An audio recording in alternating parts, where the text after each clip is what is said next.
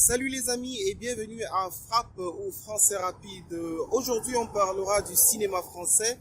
Beaucoup de gens me posent des questions. Jacques, qu'est-ce qu'il faut faire? Quel film français il faut regarder quand on étudie la langue française? Ça n'a pas été facile, je peux dire, parce que chacun a son goût, chacun a son point de vue sur le cinéma français.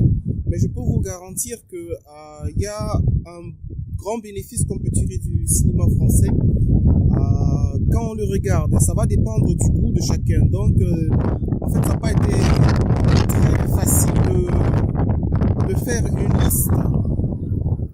J'ai regardé la plupart des films que on a eu dans les cours, que on a regardé. Donc, j'ai essayé de faire une liste globale pour les étudiants qui auront la possibilité de regarder ces films auront quelque chose à apporter dans les études de leur français. Le cinéma peut enrichir votre vocabulaire, le cinéma peut vous apporter beaucoup de choses, d'expériences, la phonétique qui est très importante, comment montrer vos émotions, quelque chose qui est très important dans la langue française, le comportement, comment les gens se comportent.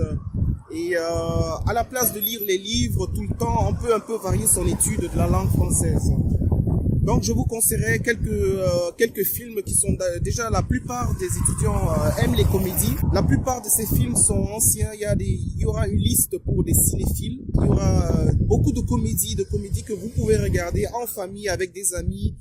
Ou tout seul à la maison pour améliorer votre français. Donc je vous conseille quelques films, ce sera bien de les regarder avec des sous-titres, des films français avec des sous-titres, c'est toujours le meilleur, quoi. Vous pourrez lire en même temps si vous ne comprenez pas vraiment ce que les acteurs se disent, la situation du film. Donc lire un tout petit peu pour comprendre la signification même, les émotions, ce sera super, ce sera toujours à vous, c'est toujours un bénéfice pour vous. Donc essayez de regarder ces films, essayez d'étudier le français avec ces films, comprendre la richesse du cinéma français.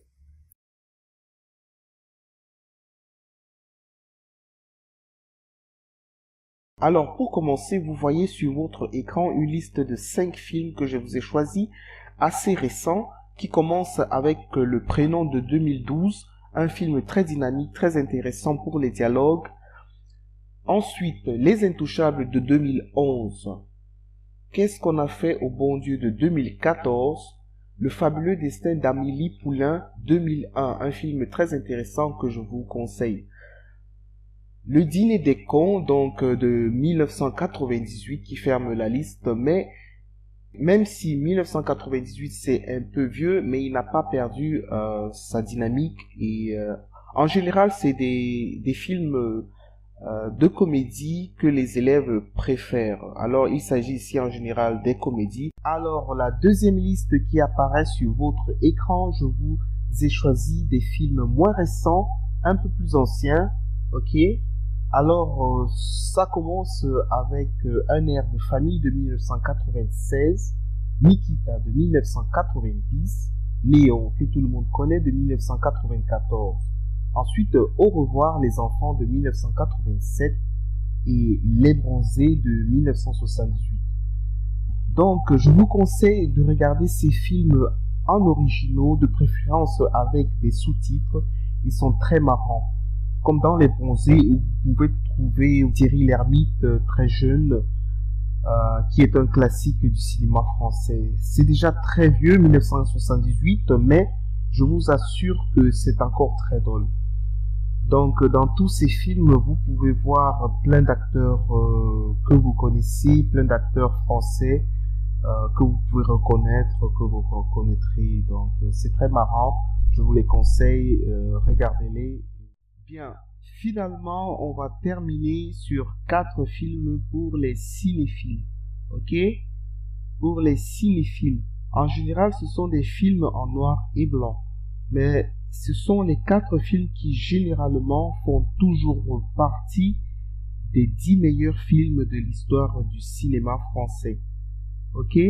Donc il faut que je les cite. Pour les cinéphiles, donc j'ai mis Pierrot le Fou de 1965, de Jean-Luc Godard, La règle du jeu de 1939 de Jean Renoir, Les 400 coups de 1956 59 de François Truffaut, Les Enfants du Paradis de 1945 de Marcel Carné. Donc voilà 4 films qui ne sortent jamais de l'histoire du cinéma français. Je vous les conseille. C'est très spécialisé pour les cinéphiles. Donc si ça vous a plu, mettez un like, inscrivez-vous et à la prochaine leçon. Merci. Le ciel, jour,